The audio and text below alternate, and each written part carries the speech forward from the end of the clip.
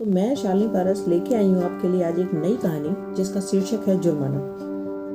आज अनायास ही थाने के सामने बनी रोड से निकलते समय एक नज़र थाने की ओर चली गई। पुलिस थाना, एक ऐसी जगह जहाँ जाना किसी को भी पसंद नहीं, पर पता नहीं क्यों गंगा अपने आप को रोक न पाई। सामने दो पुलिस वाले एक 18-19 वर्ष के युवक को अपने साथ लाए थे। उसके हाथ रस्सी से बंधे थे या हथकड़ी से, वह ठीक से देख नहीं पाई। वह नवयुवक उसे कुछ नजरें चुरा रहा था और यही वह चुंबकीय प्रभाव था जिसने उसके कदमों को थाने की ओर मोड़ दिया था। पुलिस वाले उसे धकियाते हुए गालियां दे रहे थे और वह अपने चेहरे को छुपाने का असफल प्रयास कर रहा था। कुछ क्षण गंगा वहीं खड़ी अपलक उसे निहार रही थी। सामने एक 11 वर्षीय बालक खड़ा था। सभी बच्चे पंक्तिबद्ध हो अपने प्रधान शिक्षक के हाथों छड़ी की मार अपनी हथेली पर ले रहे थे और सिसक रहे थे। पर शिक्षक का पारा 7वें आसमान पर था। कारण भी ठोस था। प्रधान शिक्षक के बैग से रुपए चोरी हो गए थे जिसकी पूछताछ चल रही थी। बच्चों को दंड का भय दिखाकर सच्चाई जानने और चोर को पकड़ने का प्रयास किया जा रहा था, पर सारे प्रयास विफल हो रहे थे। चोर कौन है, यह यक्ष प्रश्न सबके सम्मुख था और एक चोर के चक्कर में सभी बच्चों को चोरी के अपराध की सजा मिल रही थी। गंगा, जो कि एक प्राइमरी विद्यालय की शिक्षिका थी, उसने अन्य शिक्षकों के साथ चोर की खोज में अपने को व्यस्त कर रखा था। सभी बच्चे मार खाने के बाद सहमे हुए अपनी सीट पर बैठे थे, पर कोई भी चोरी कबूल करने की बात नहीं कर रहा था। समस्या गंभीर थी और चोर पकड़ना आवश्यक भी, क्योंकि आज ऐसा दूसरी बार हुआ था। इससे पहले गंगा और कविता मैडम के रुपए भी पर्स से चोरी हो चुके थे, परंतु पकड़े जाने के डर से उस चोर ने पैसे दूसरे के बैग में डाल दिए थे।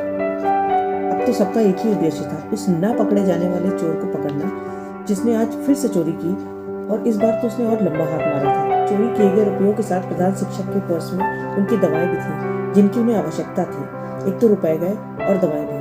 इस पर चोर अभी भी पहुंच से बाहर था। हर बच्चा सहमा और सभी शिक्षक शंकित थे।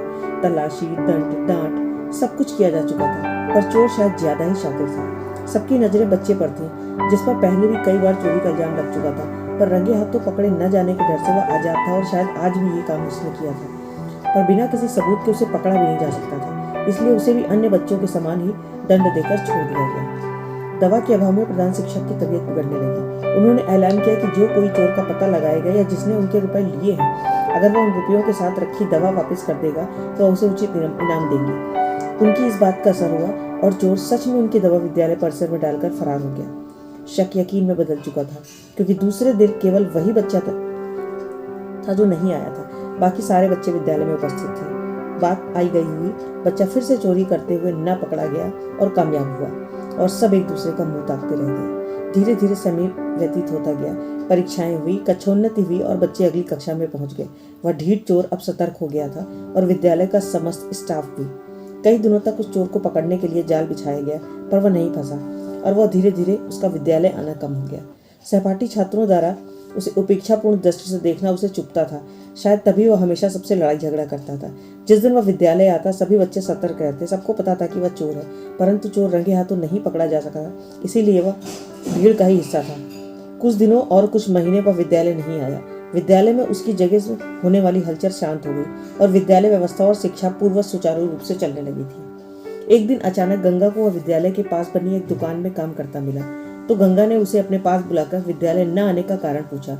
नजर नीचे किए हुए उसने कहा, बापू बीमार है और माँ नानी के घर गई है, इसीलिए विद्यालय नहीं आ रहा। गंगा के आश्वासन पर वह 2 दिन के बाद विद्यालय आने का वादा करके पुनः अपने काम में व्यस्त हो गया।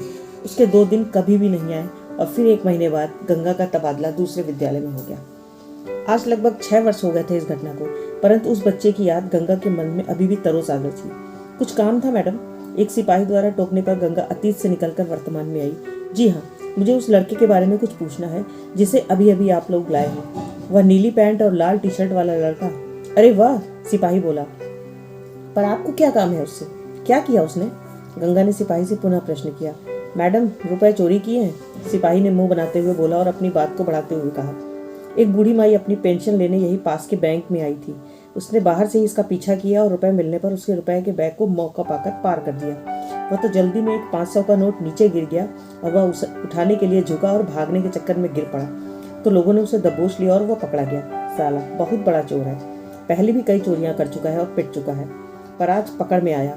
आज तो ऐसी धुनाई होगी इसकी कि साला जिंदगी भर याद रखेगा। सिपाही बोले जा रहा था और गंगा का ध्यान उसकी बातों से हटकर उस वृद्धा पर जा टिका। दिमाग में जोर देने पर ध्यान आया कि ये वही वृद्धा है जो उसके उस चोरी वाले दिन दूसरे दिन अपने बेटे को लेकर विद्यालय आई थी और अपने बेटे को तरफदारी करते हुए प्रधान शिक्षक पर कई भद्दे और अशोभनीय आरोप लगा रही थी।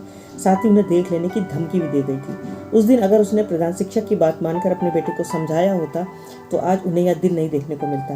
अपने जिस बेटे की चोरी की आदत को छुपाने के लिए उसने भरी भीड़ में प्रधान शिक्षक का अपमान किया, आज उसी गलती की सजा के जुर्माने के तौर पर उसे वही अपमान और गालियां इस भीड़ में भरे थाने में सिपाहियों से मिल रही थी।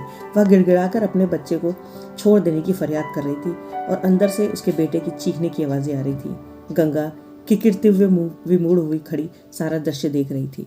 धन्यवाद।